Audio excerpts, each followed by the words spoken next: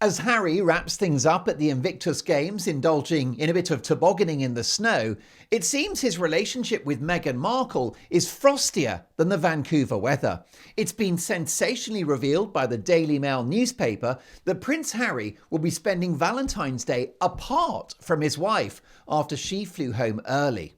Now, the Duke and Duchess of Sussex, absurd, isn't it, how they cling desperately to those royal titles, arrived in Vancouver together on Friday by private jet. Obviously, God forbid that they would travel coach on a regular airline. Where would Harry keep his emotional baggage?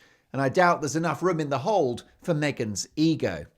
But since they arrived, as fast as her legs could carry her, Meghan has returned to the couple's $12 million Montecito home. And she wants to be with the kids. Do you not think this couple, who are now worth tens of millions, having hoodwinked Netflix and Spotify into parting with a load of cash for not much in return, would have enough of a budget for childcare? Canada is a beautiful country. Surely it will be a nice moment for the two of them to enjoy a snowy break together. They could snowboard, they could ski, or they could enjoy the après ski, which I personally have turned into an Olympic sport. You're welcome. But Meghan's Valentine's Day snub is a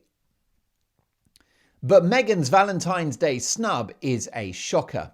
I know that if I was away from Mrs. Dolan on the 14th of February, I'd be in deep trouble and sleeping on the sofa, especially without a good excuse. And Meghan doesn't have a good excuse. They've got an army of staff to look after the kids. Well, the ones they haven't fired in the last 10 minutes.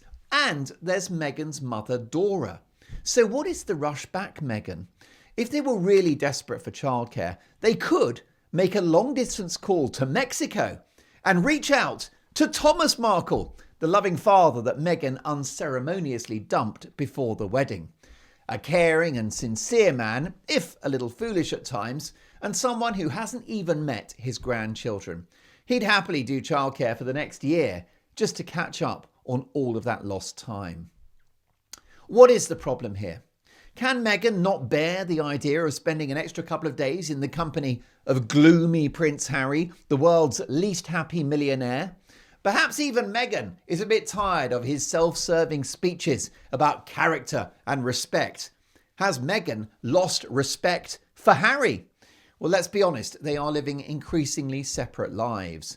They attend parties separately. Their careers have taken a different direction. And let's not forget the time that Meghan very publicly rebuffed Prince Harry when he tried to embrace her on the kiss cam at a sporting event.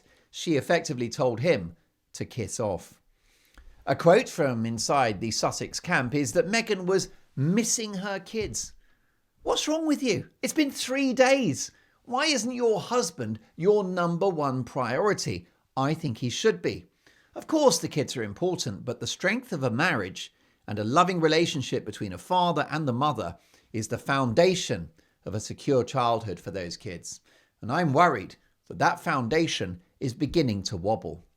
The problem is that I fear that Harry is starting to lose his value for this social climbing actress. When they met, she was a Z-list celebrity in America and an unknown in the UK. It was only when she married Harry that UK TV networks decided to start showing Suits, which is an okay TV show, but it's not exactly The Sopranos or Breaking Bad, is it? But what about the real-life drama of Harry and Meghan? Meghan is notorious for using people and throwing them away, especially once they've become surplus to requirements. She did it with her father, her brother, her half-sister. She did it with her devoted film producer ex-husband. She did it with my friends Piers Morgan and Lizzie Cundy, who welcomed her and showed her the showbiz scene in Britain when she was looking for a lucky break. Of course, she got that lucky break when she found a vulnerable, damaged and slightly emotionally broken young prince. And so he fell under her spell. And in one fell swoop, she was a princess and one of the most famous women in the world. So as a result of Harry, she's gained global recognition, aristocratic status, she's rich beyond her wildest dreams, and Harry has even given her 2 lovely children. Well, there won't be many more of those if they keep being apart for Valentine's Day. Now, the scary question for Harry is, does Meghan need Hazza anymore. Her body language and her decision to jet off just moments before Valentine's Day would suggest not. I think Harry's got a target on his back, folks. When the kids are a bit older, with Harry getting ever more gloomy and depressed, and with that famous shock of ginger hair thinning further, she may seek to upgrade to a newer model. She might like to find someone richer than Harry, a tech billionaire from Silicon Valley who can take her lifestyle up a level and potentially bankroll a political career or a return to acting. Of course, I want the couple to survive, but every cloud has a silver lining. And if things don't work out between the couple, I guarantee that would pave the way for an historic reconciliation between Harry and his brother William, between Harry and his father the King, and between Harry and his country of birth. Whilst Harry and Meghan remain married, the feud between the two royal brothers in particular will never end. It makes the Arab-Israeli conflict look like the Queen's garden party by comparison.